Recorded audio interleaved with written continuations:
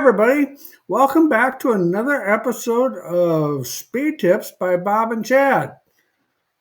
How's it going tonight, Chad? Doing good. Yeah, busy day here. Typical Monday in race season. Everybody fixing their stuff, and we had a good factory support week last week with the Dairyland race, and our previous guest Nick. He had a good weekend. He got second, and then he won the one night. So we had a lot of fun there. Good to get back to Fountain City. Bob and the crew has done such an amazing job turning that racetrack into just a first class facility, and the racing is so good there. And now the boys are getting ready. Tomorrow they're going to go to Marshalltown for the Castrol night there at Marshalltown. With I think they're having mods and stock cars with it too. So Yep. the factory support trailer will be there tomorrow night. So anybody in that area, if they need anything, stop by and see the boys at the trailer. Awesome. No, that sounds really good. Sounds awesome. Finally got a weekend full of nice weather, so we got a lot of races in. A lot of customers got to race last weekend, so that was pretty exciting. Some guys got their first win, and I see your man Billy got a win there at Deer Creek. That had to have been an awesome feeling. Yeah, Billy was a little taller today. He was a little more confident, and he deserves it. He works super hard, and he really loves racing modifieds, and he does such a great job here for us and the engineering team and the tech support stuff. So it was great to see him win. I was disappointed because Deer Creek doesn't stream anymore, so I had to kind of watch it on the My Laps there or My Race Pass, and it's just not the same as being able to watch. So you can say you love hate with streaming there, but for a situation like that where people that are far enough away they don't go to the weekly show anyway or can't get there anyway, it's nice to be able to watch my friends and employees across the country to see how they're doing. So that kind of sucked, but it was cool to see him get a win. And Colby's got a good car too. He was passing for the lead and got into a hole and bent the tire out or something, so he's got a hot rod. So and Steve, he got the asphalt car out. They start this weekend, so his brand new car is pretty good too. So it's exciting to see these guys get out to the track and get to work. Well, that's awesome, and then it does a whole lot for the morale there at work and gets kind of everybody up on a little more spring in everybody's step when things are going good, and so that's pretty cool. I'm pretty.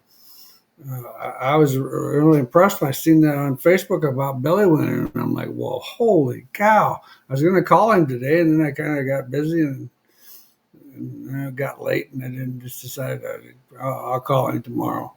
We don't have a bell here to ring like they do, I think, at Hendrick, but Yeah, he got a round of applause in all the meetings this morning, so that was pretty cool.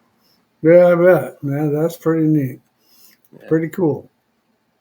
Well, Marshalltown didn't race Friday night because they had the local rodeo stuff going on at the fairgrounds there, so they raced on Thursday night. Boone raced Friday night or Saturday night like they normally do, and I think every place in Iowa raced this weekend, as far as I know. I know customers wise, we got quite a few more wins in this week that we didn't hear about, and so that was pretty cool. And, it's just it's that time of the year. We're finally getting the weather's turning around, and that they go into the racing and freezing. Just there's just something about that doesn't do much for me. And so then Saturday, I'm like, I wasn't going to go because I had some other things going on anyway. And then I'm thinking, yeah, but if I went, I'd bitch because it's too hot. And it was pretty warm Saturday, and it was supposed to get that way.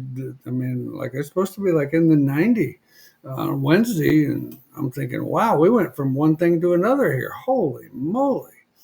Yeah, wow. Well, we got our first question. John, what's preferred, anti-dive or pro dive, left front and right front? Um, I don't actually, we've not really done much at all with pro dive.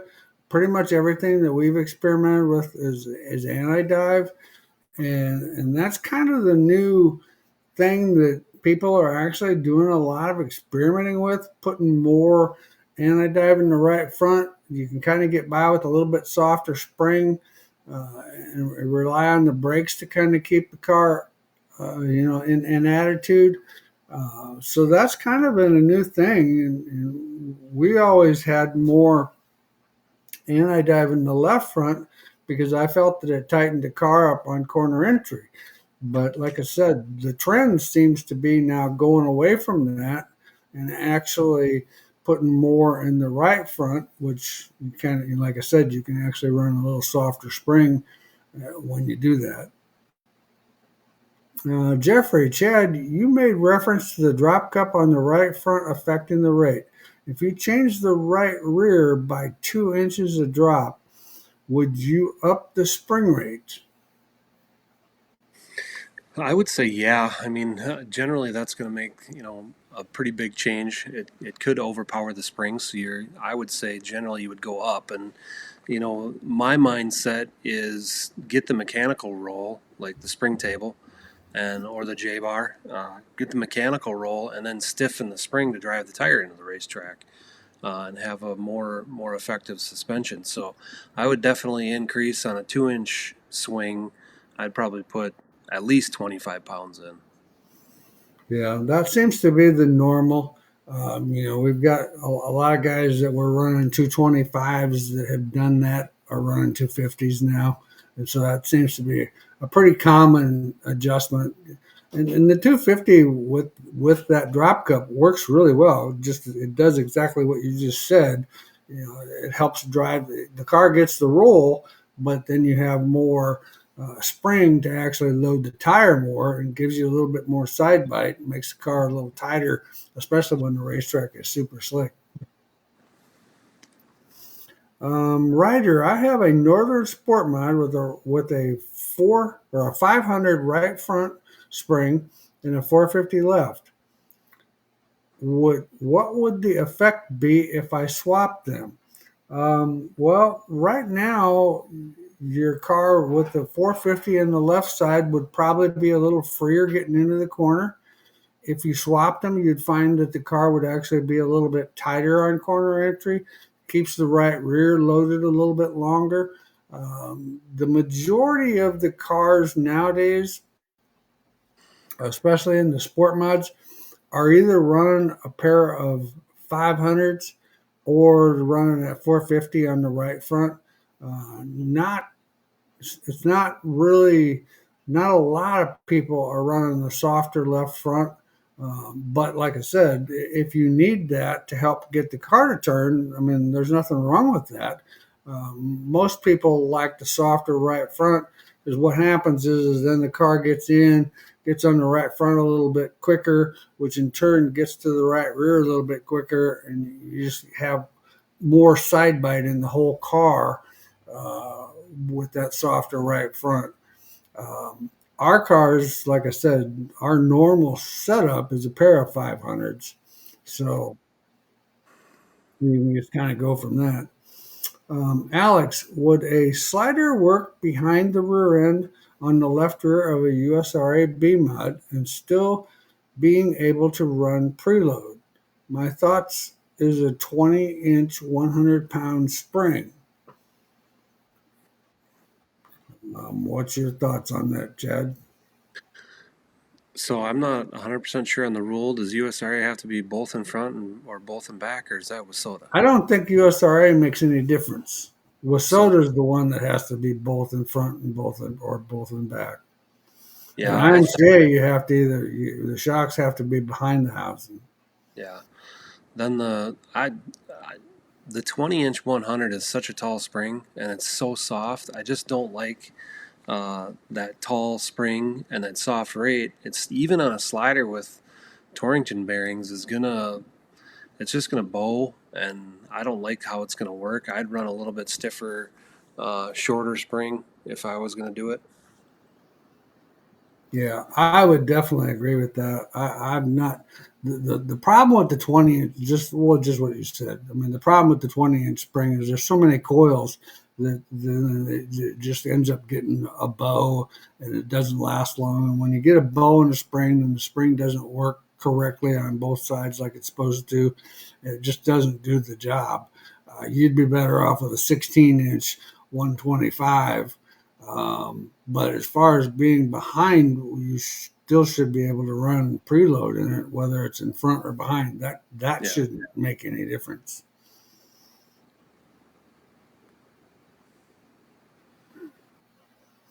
So how's the Harris Clash prep going? Here's Clash Prep's going well.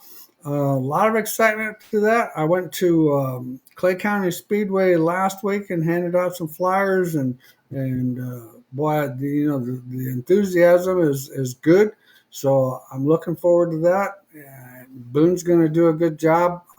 I'm confident of that, and we're just we're just every day we're just getting more ready, and it's going very very well. John says, I see in Chad's catalog a clamp on weight jack clamp. My question is, what keeps it from rotating under the pressure? So that those clamps are drilled and tapped with a 5/16 bolt in them.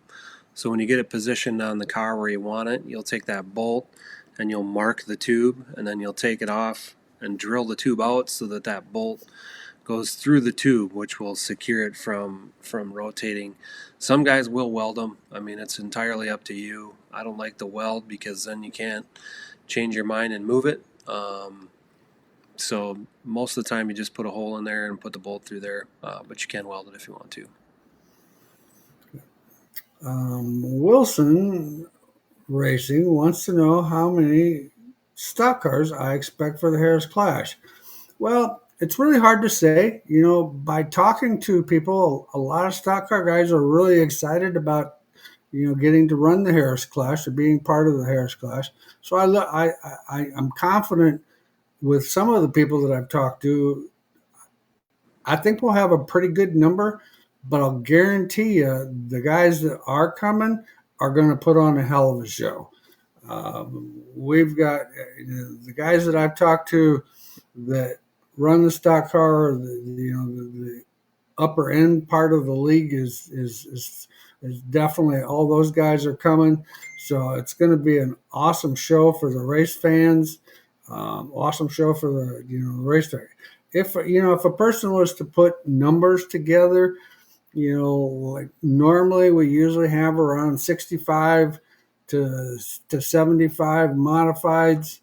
Um, Sport mods is usually around 50 to 60. So I look for it to be in that neighborhood, probably in that 60 to 70 car range.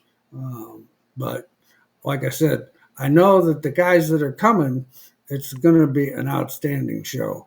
And one thing that we're going to do a little different this year, or with the order, we're actually going to run, since the stock cars are new to the deal, we're going to actually run them first. And then the sport mods will run second, and the modifieds will be third. And kind of what my expectations of that, like when the stock cars run later in the show, like at Boone on a weekly show, they kind of tend to run around the bottom.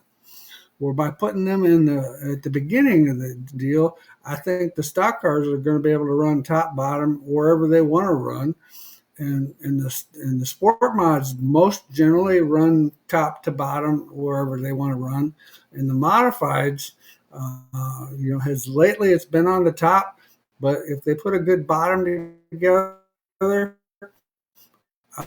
I think that Jeffrey will too short of travel on the left front make flatter roll, lack of body roll.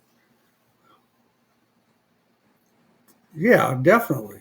Um, it can do that. The idea behind that is to actually get more traction to the left rear. However, it's just like everything.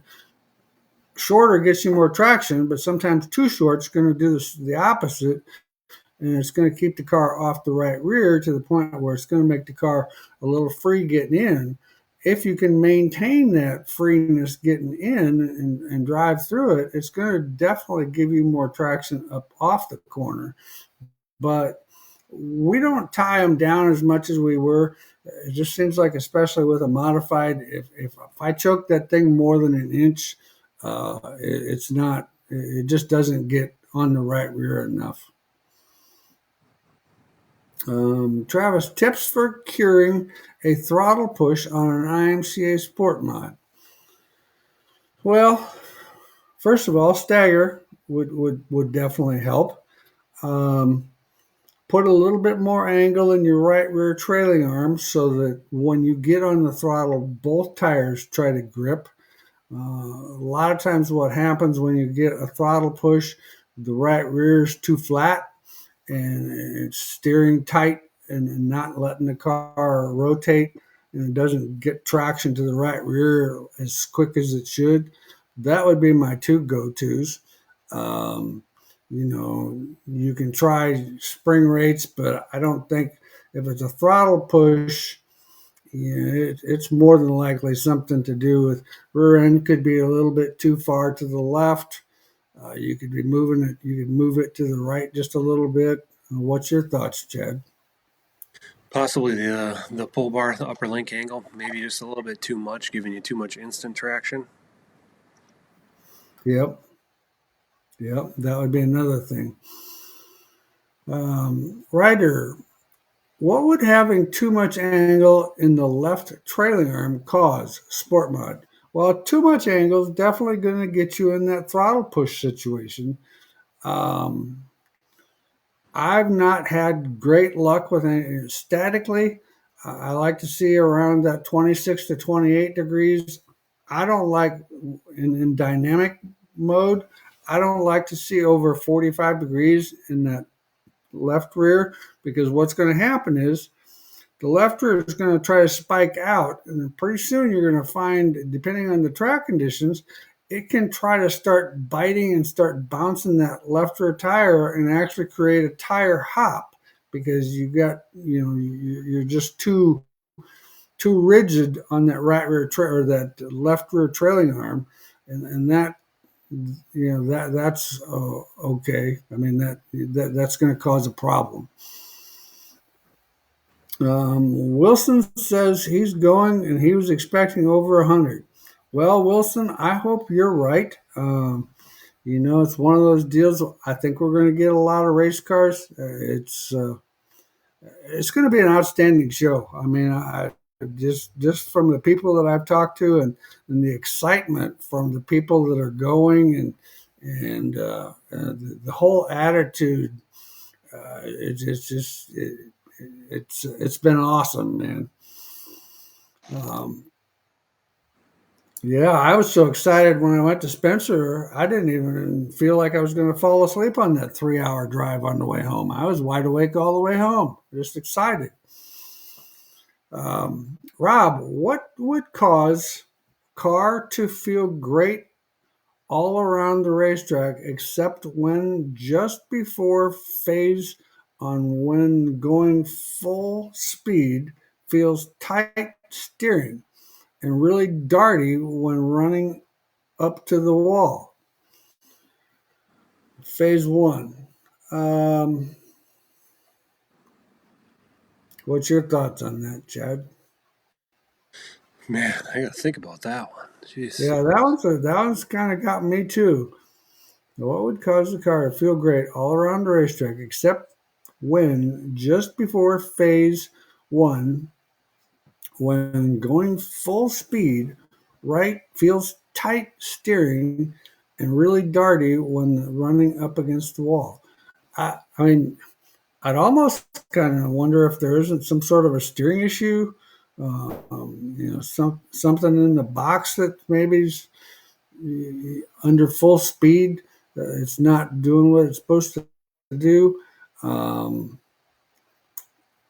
Possibly You the bump know, steer. If it's hard, yeah, bump steer could be a problem. It might have too much bump steer on the right front. Um, yeah, Jeffrey said tie rod hitting the frame. Yeah, I've seen that happen numerous times.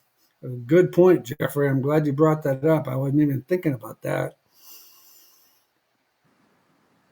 That would be some of the things to check and check check to make sure that the tie rod's not bottoming out on the frame. And that's pretty common actually. Depending on what the bump steer is, that's pretty common all the way around. Um, Evan, what is the ideal degree on the right rear trailing arm on a IMCA stock car? Can you explain the theory on that? Well, it's kind of like I was just talking about with the sport mud customer here. He was talking about that being tight on the throttle. If you don't have enough angle in the right rear, and with the stock car, I would still run 5 degrees. Um, Anytime I've ever actually lowered that to the point where it's, because keep in mind, in a static position, 7 degrees will go flat when the car rolls. Now, granted, you're only going to get probably an inch and a half of shock travel on that right rear. It's not going to get a tremendous amount of shock travel over there. But when it goes flat, then it steers the car tight and doesn't have the initial launch on that right rear tire to bring it up. Now, on a real slick racetrack where you're rolling the corners fairly slow and you need to drag race off the corner, then having it a little flatter is going to give you more traction up off the corner. It can just make the car feel a little snug in the middle of the corner. So you got to be a little careful. Sometimes it's, you focus so much on getting off the corner that you kind of screw yourself in the middle of the corner, which costs you time and actually costs you speed off the corner. Like I said in the chassis schools, the race is won in phase two of the corner. I mean, the center of the corner is where you've got to be the fastest, and that's where the car, when you come up off the corner, the car's going faster, and it's going to definitely give you more traction because you have more speed. So you can sacrifice a little dynamic traction because you have more speed. Tyler, looks for the first set of shocks for a hobby stock. I normally run it in Brit, and what would be a good baseline? Um, what I would probably do, Tyler? I would probably either text or give Braden a call tomorrow. He's kind of our hobby stock expert. And in fact, they actually were building a set of hobby stock shocks today for some customer. I have no idea where they were going, but I seen him building a set. Um, but yeah, I know we've got a good hobby stock package for like Britt and Boone, Marshalltown. Those guys have done a good job building a good stable package. And then you can also, depending on when the race, what the summer brings for temperature, if you start getting a lot of dry slick, but usually you guys don't. Well, sometimes it depends on the running order. I mean, hobby stocks can run when it's slick, and so you can always add a shock at a later date to help your program.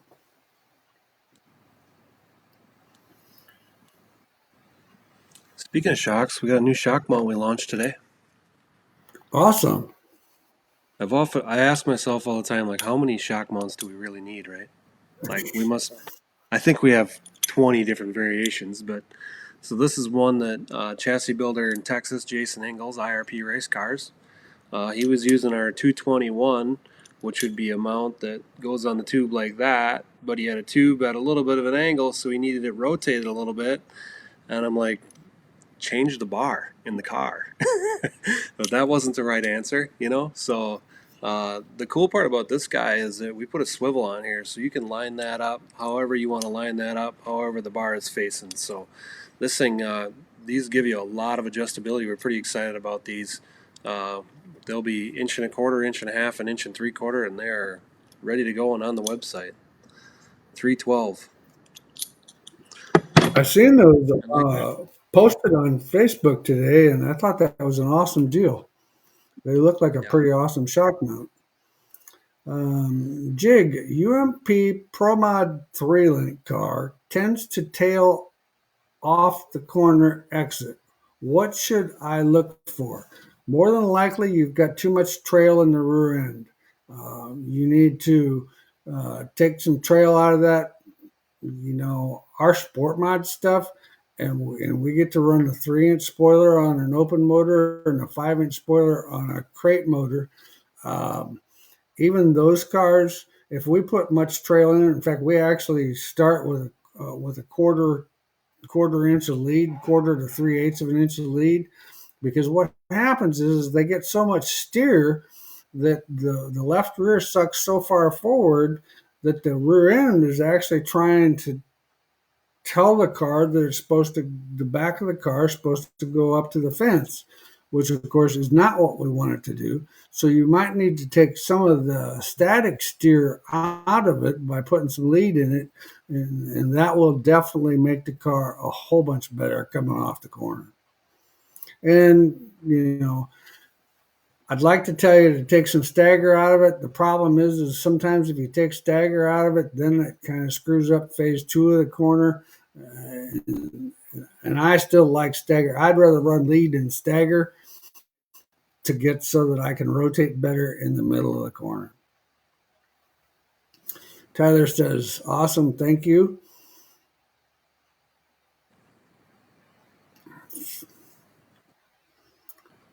So what else is going on at Wehrs Machine? Any other new projects that you're working on that we can't tell about, I suppose?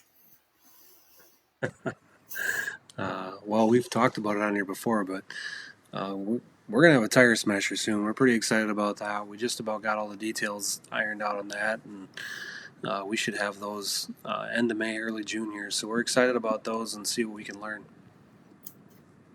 I think that's something that, from a chassis builder standpoint, or like from what our standpoint, I think that will be an excellent machine because, keep in mind I raced with my son and myself go-karts for a few years there, and that was your suspension, was your tires, and man, a half a pound of air would change that go-kart like no other, and so it just I just think that's another element that people don't understand. I know we talk about in the schools that these tires are underinflated. Most of these guys run these tires too low. And like with that IMCA tire, that's a kiss of death. If you get that thing too low, it tries to roll over on the sidewall, and the sidewall's too stiff, and then it buckles the tread in the middle, and it makes a mess. But anyway, that's for another day. Nick, where's the best place for a spring rubber? Towards the top, middle, or bottom? Uh, you would want it if it's on a front spring. You would want it towards the closed end of the spring. If it's on a rear spring that's flat on both ends, either end would be fine. It wouldn't make any difference. Biggest thing is, and what I found worked well for me, was when we could run spring rubbers, we would take and actually cut part of the spring rubber into a little bit of a wedge so that I could wedge that thing up into that closed end of the spring. Because if you put it in the middle, now all of a sudden you made that spring a progressive rated spring. Where when you're on one end, it just kind of one end to the we're playing rubber 175 spring, we could put a spring rubber in there, and basically it would dynamite out at 195. And that was the easiest change that could happen. Well, what happened, of course, same type of thing that kind of can happen is spring rubbers come out and one went in a grandstand somewhere, and needless to say, now we can't run spring rubbers. But and I understand the safety side of it, but as far as easy adjustment, and of course, I'm not real big on working on these things anymore. So that spring rubber was perfect. CJ says, "Hi guys, thanks for doing this." Well, we appreciate it, CJ. We enjoy it. Look forward to it every other week. And we were just talking about who we should be thinking about and maybe trying to get for another guest. Nick Hoffman was an outstanding guest. I thought he brought a lot to the table, and he was very open about things, and I was very pleased. I thought he did an awesome job. John, speaking of tire pressure, what would you recommend on a B mod? Well, the right rear, I would never go under 15 pounds would be my limit. Probably 16 pounds is going to be so. Right side tires, in that 16-pound area.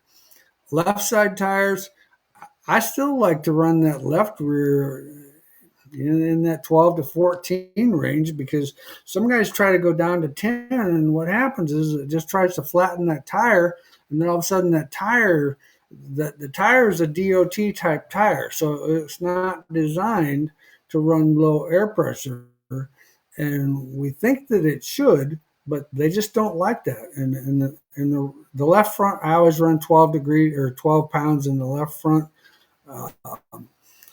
The thing is, and that's, like I said, another adjustment that's really easy to do. If you need to tighten your car up on corner entry, put a couple more pounds of air in that left front tire. I mean, it will definitely help that. It's not a significant adjustment as other adjustments, but it's a fine tuning adjustment. I remember when, I was crew on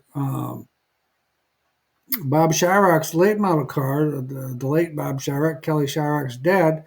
That was one of the things that we always did. We started with the left front, because on a restart or whatever, back in those days, you couldn't do anything except you could change air. So, we could let air out or put air in. And so it was common for us to tighten the car up by putting some more air in the left front tire, and that worked well. Now, of course, they don't let you do any of that anymore, but that was something that was pretty neat. I mean, keep in mind, that was way back in the day. And so just those little things, it makes a big difference. IMCA stock car. Any quick tips to free the car up on the tack? Will lightening left front help? Yeah, definitely. Softening the left front will definitely help the car drive into the corner better. It helps it turn. It keeps it, gets it off the right rear a little bit, so it takes a little side bite out of the right rear. Because that's one of the things with the stock cars that we played with a lot is stiffening the left front more, because those cars have a tendency, when it's really slick, to not want to get on the right rear, and so that's an easy change to do. So, yeah, that's something that would be an easy change. If you get someplace where it's been raining for a couple of days and it's a mudded up place, I'd soften that left front up to just make sure that thing turned. Stock cars can run wheel spacers, right? Yes, wheel spacers are another good point. Good point. Go ahead and talk about that. Right. Wheel spacer the right rear for early in the night to make that thing turn into the corner better, and then later in the night take it out. Yep. No, that works really well, because most stock car guys run a 3-inch offset, and so you can put a 1/2-inch wheel, and you'd be surprised what a 1/2-inch wheel spacer makes a ton of difference. There's even been times on a modified where I put a 1-inch spacer in there where the car was just so tight. And so anyway, needless to say,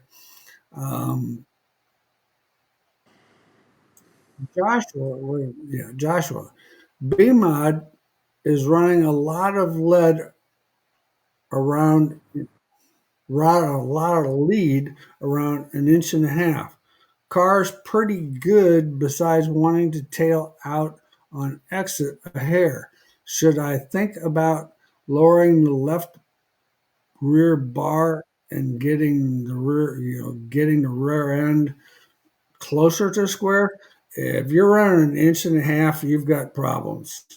Um, there's there's something's binding, something's going on back there because when the car is square and when it's working like it's supposed to, the biggest thing that we have to always remember is that dynamic steer number. And what happens is if we've got so much steer in it that we have to run that much lead in it, it's going to make the car drive. I mean, it's just not going to be stable. The car is not for sure which direction it's supposed to go. And more than likely, it was so tight in the middle of the corner that that's the problem why it's causing it to feel like it's tailing out a little bit coming off the corner, because that's a substantial amount. Um, I don't think you should be over a half an inch. If the car's set up right, you should never have to run more than a half an inch of lead in there. What about air pressure on a stock car? Well, the stock cars tend to need a little, keep in mind it's a 2,900 pound car. So they tend to need a little bit more. I know, I think McBurney runs like 18 pounds on his right side tires. I'm not completely for sure, but I'm thinking that that's about right. And I think the left rear, I'm pretty sure they're probably in that 14 range, and left front's probably in that 14 range. I'm not 100% sure, but I know they're a couple pounds more than what we run in the modified to the sport mod. Evan, what is a good bite number on an IMCA stock car when it's rubbered up? Well, when it's rubbered up, I don't know if it completely really matters. Um, of course, I really like a balanced race car, so I never run more than 100 pounds of bite across the rear tires. Um, even some of them stock cars were even running a little bit less than that. I know some guys are running more, but the more bite you have, the freer the car is going to be getting into the corner. But on a rubbered up racetrack, it'll free it up getting into the corner. But you'd be better off, um, softening up the left front spring when it gets rubbered up like that, because you're going to get a ton of side bite and a ton of forward bite, and get in line and wait for the end of the race. Matt, what can I do to free up my corner entry in a UMP stock car? Well, it's kind of some of the things that we've already talked about, spring changes. And what's your thoughts, Chad? Yeah, we just covered a couple of them there. That spring change on the left front, or like we said, the wheel spacer on the right rear, definitely would help to free that car up going into the corner. Um, and like you said, the wedge number. I think finding that balance between that, the stagger and the roll steer is definitely key also. So, but don't be afraid to play with wheel spacers. There's a lot of teams that'll start out with the wheel spacer on the right rear early in the night and then move it to the right front later in the night. So, um, wheel spacers are easy to play with. Back when I used to help Jake, the late Jake Durbin, that was a common go-to that we would do. Is we would have a half-inch wheel spacer on the right rear, and then when feature time come, we took it off and put it on the right front. And that was a very easy adjustment that made a ton of difference in the race car itself. Um, and the other thing is back to that rubbered up racetrack, that wheel spacer would be something too that would definitely be a good idea moving that right rear. If I know the racetrack's going to be rubbered up, I'd move the right rear out. Let's see, Alan. On an A mod, they want you to preload out of the right rear as it gets drier. You want to take preload out of it. Do you have an adjust at the same time to get the side bite back at the same? Well, normally, that's a J bar adjustment probably. What's your thoughts, Chad? I'm not a huge fan of manipulating ride height. When you just take load out, you're changing the ride height of the car. Also, you're changing the 4 lane rod angles. You're changing, in my opinion, whether it's the front or the rear. I don't like changing the ride height just because of the roll center changes. I would do something else to make that car work later in the night than just taking a bunch of rounds out because you're doing too many things at once there. Yeah, and the biggest thing is where that's going to help it the most is up off the corner. But like Chad said, all of the things that you affect by changing that ride height, you would be much better off uh, doing some other adjustments, changing stagger, wheel spacers like we talked about. There's numerous things that you could do rather than changing the height of that car. Reread Matt's question. Okay.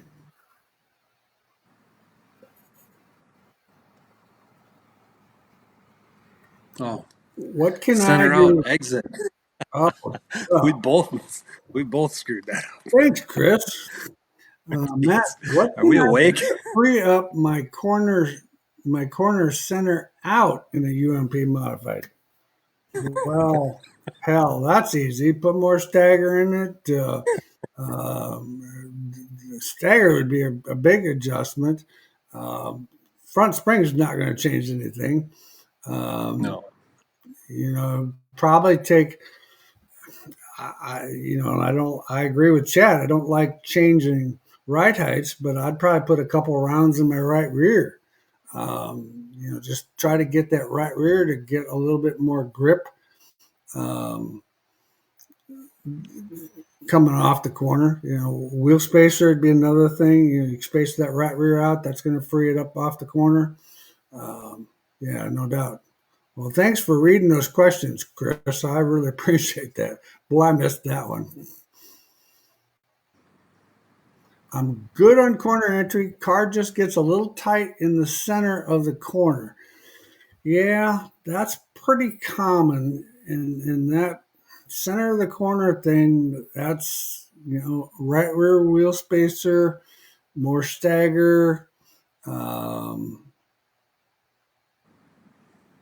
you know, that's the two things that I would probably look at on the stock car.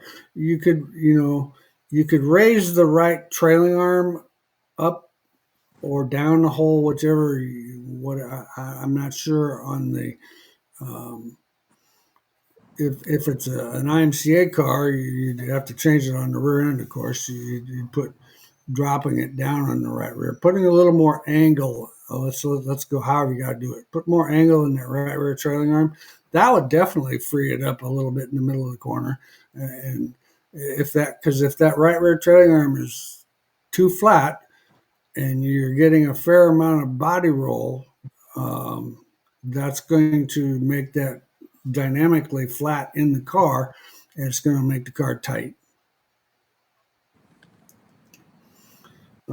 Kevin, Chad, do you make a deeper than 1 inch OD cup for the sliders, or what is your recommendation when running a heavier left rear spring? Yeah, if you're running a heavier left rear spring and the spring is coming loose through travel, we make a little adapter that goes on there that lets that spring cup float, so it'll stay in contact with the spring, and then the little adapter stays on the shaft, so it keeps everything lined up. So we don't have any intent on making the taller spring cups anymore, just because We've trended so far away from it. And the OD cups, if we make them lips any taller, when the springs wind, they tend to get into them lips. So we're trying to keep them as short as we can. We're actually shortening some of them up just to make sure that they don't hit that first coil and miss a line through travel there. So, but we do have that adapter. I'm not sure the part number, but if you go to the website and search that in the sliders section, I think it's called slider floating adapter, I think is what it's called. Otherwise, give us a call tomorrow. We can get you that. Yeah, you gotta be careful of that.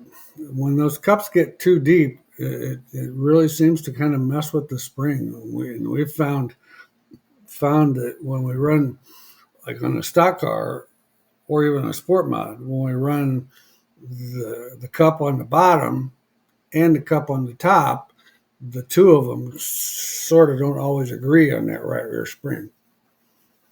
Yeah, we've kind of almost went away from the OD grab on the screw jack style cars just because of the misalignment. Yes. When the springs get separated from the centers, and then them coils hit them cups, it's kind of defeated the purpose. So we've kind of almost went back to just ID grab stuff on that.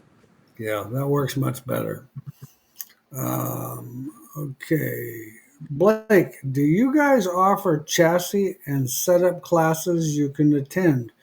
Yeah, every winter, depending on which, like we've got we always start out in January with a sport mod two-link type class, a B mod type class. Then usually the 1st of February, we do our four-link class, which is pretty much modified. Some late model guys come to that. And then we have our stock car class the end of February. And that covers, the Wasota Street Stocks, the IMCA stock cars, USRA stock cars, anything that's got the full body stock car and the OEM four-link type suspension.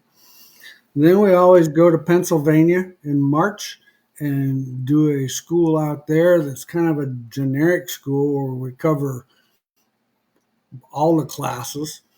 Um, that works really well for that group of people out there and seems to work good. Did you just announce we're going back? Well, I said we always do, but Remember yeah, that was an every other year deal. Now we're in like yeah. three in a row. Or four in a row. Well, other than the Joel's a traveling, very I enjoy convincing. it at school.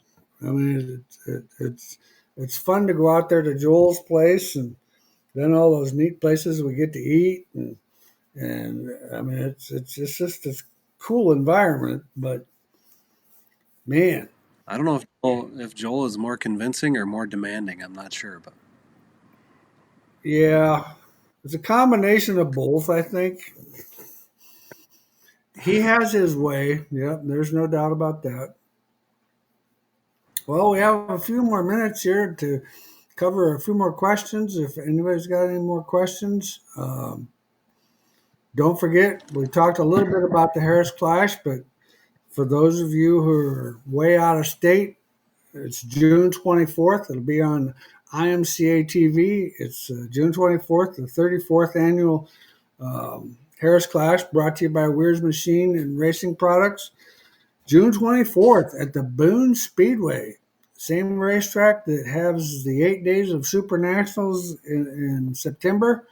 We're looking forward to it. I think it's going to be, I'll guarantee it's going to be an excellent event. So those that can come and watch, I sure hope that you do. And those that can't watch, I sure hope you watch it on IMCA TV. IMCA TV guys do an outstanding job. They put on a great production, and it's a must. It'll be a must see event, guaranteed. Lonnie, IMCA stock car options for gaining overall traction off the corner, other than maybe lead or lead. Get through the corners just lacking straight off grip. Um, I hate to say it, but with one of them that sometimes can be rear percentage. Just grip. I have not played with.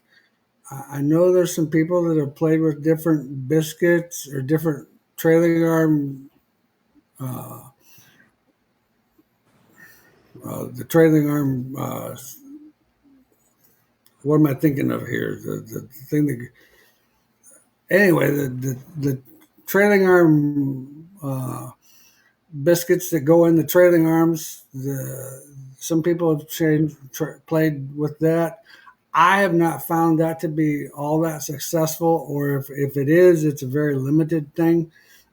They don't do a whole lot. Um, like Jeffrey said, think about what you said about the drop on the left front. What is the normal drop? Normal drop is an inch. Um, I know there's some stock car guys out there that are less than that because you can always kind of tell when you eye somebody's car coming off the corner where the center of their rotor is in relationship to the frame. Um, and there's a couple guys that if they have any drop, I would be surprised. So that's definitely a thing to do. You still might have to put if you go that direction, you might have to move a little bit of lead from middle of the car to the right side of the car to keep side bite in that right rear tire. But that definitely helps. That's a good adjustment. Thanks for reminding me about that, Jeffrey. Chris, so a spacer is a good way to loosen the stock car up. That's what you're saying. Definitely. Yeah, you put a half-inch spacer on the right rear tire, and that will free the car up. If the car's tight on corner entry or tight in the middle, it will definitely help the car turn and be a little freer. So, it kind of does the same thing. What you're actually doing is you're moving that drive tire to more in line with the right front. And so when the car rolls, it doesn't load that tire as hard and create so much side bite on it. Where the closer that tire is to the center line of the car, it's going to load that tire harder and make it have more side bite, which is going to make it tight. Um, Bo, on a two-link B mod, how much pull bar angle do you recommend on a solid bar? Um, our stuff is 15 degrees. I'm not a big fan of a lot of angle because the problem is the more angle you put in it, you get quick traction, but it doesn't last as long. And so, kind of a neutral 15 degrees has been pretty neutral, and that seems to work pretty good. Blake, if I was to go from a 175 to a 150 left rear, 16-inch tall, will that tighten up or make the car looser on a stock car? Well, you're going to put more preload in it. So, in general, it can actually, with that preload, it can actually make the car hike up quicker coming up off the corner. So, what it does, it actually doesn't put any more drive into the car because of the spring. What it does is it puts more drive into the car because you're getting the trailing arm angle up an angle a lot sooner. So your steer works quicker and you're loading it with drive angle through the trailing arm. And that's where your actual, your traction is coming from. The spring on the left rear, it's really all about how soon you want the car to get up in dynamic mode.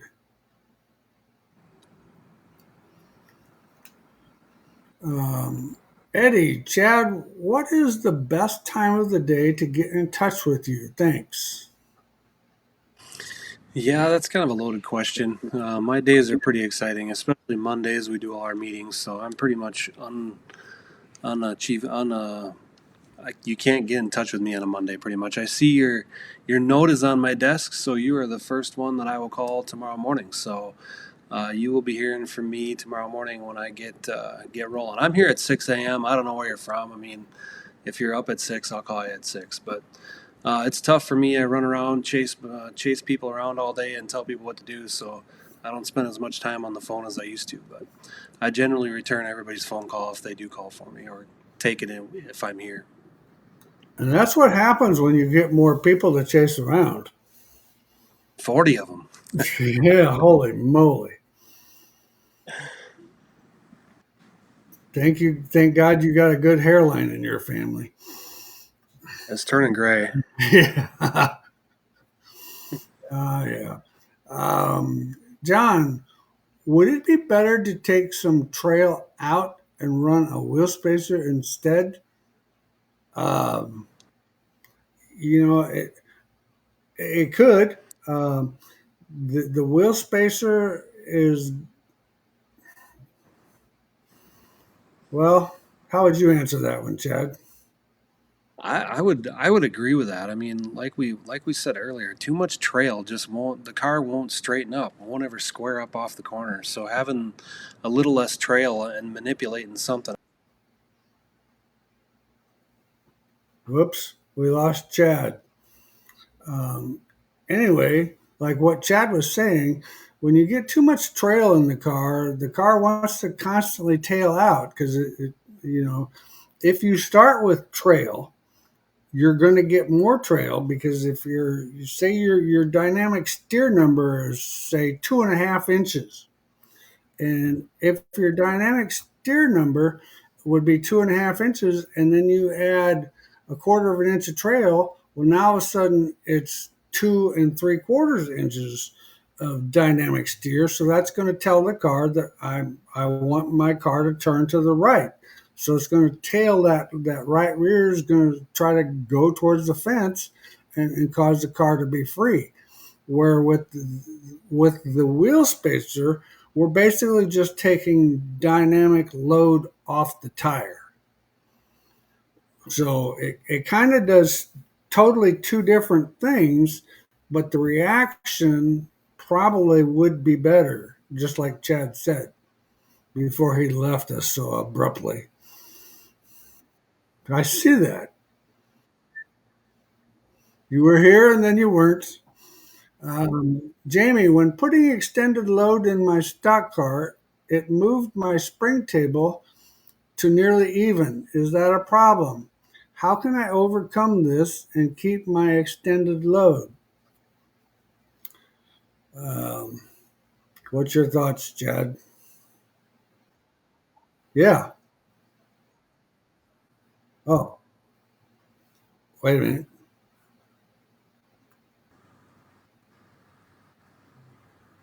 There you go. Oh, hey, okay, all right. Where are we? Jamie Anderson's question: when extended load in my stock car, it moved my spring table to nearly even. Is that a problem? How can I overcome this and keep my extended load?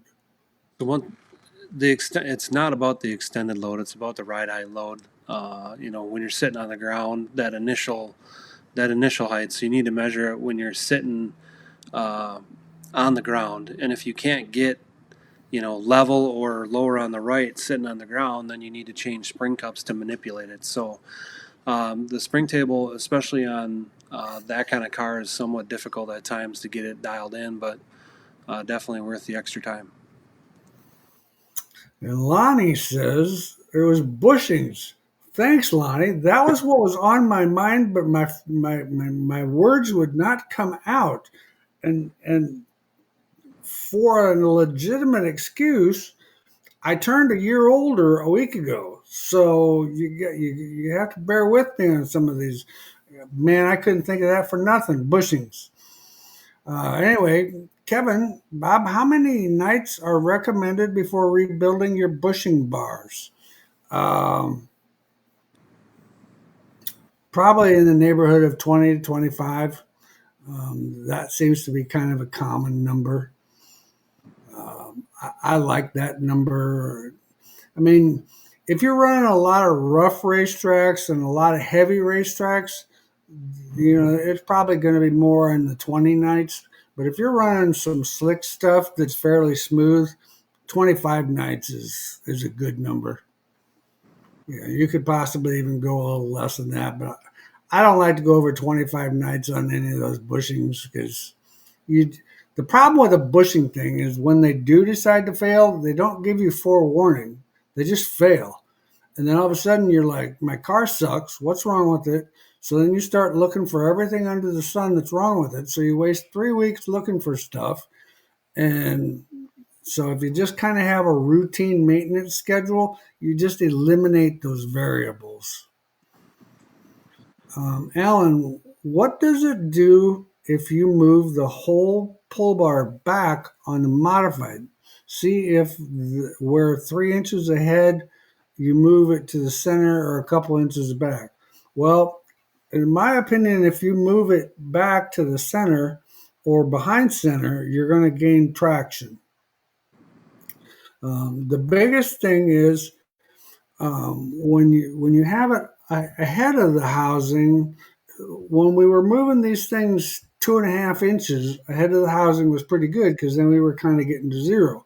Well, now most of these pull bars we're not moving. Inch and a half is tops. Usually inch and a quarter is pretty normal, and so we're starting so far forward that I don't think we're getting the true movement or the I don't know. Maybe you can explain it better than I can, Chad. Yeah, I mean, just like you said, we The don't move leverage deal. we don't move as far as we did back in the day. So definitely moving the bar back gets you traction just because of the leverage point on the rear end. So that's basically the only reason we've been moving them back is because we're not wrapping as much as we used to. Okay, so um, well, our next Monday is actually going to be Memorial Day, so we will have to move it to the 2nd of June. So our next show actually won't be until 3 weeks from now, which will be the 2nd of June, and well, we ought to have all kinds of racing by then. Holy moly! Yeah. So that should be exciting. Well, thanks everybody for all your questions tonight. Great questions. Good group of people, and I sure appreciate it. And everybody have a great evening. Thanks, You too, everybody. Chad. Yep. See ya. Thanks. Thanks.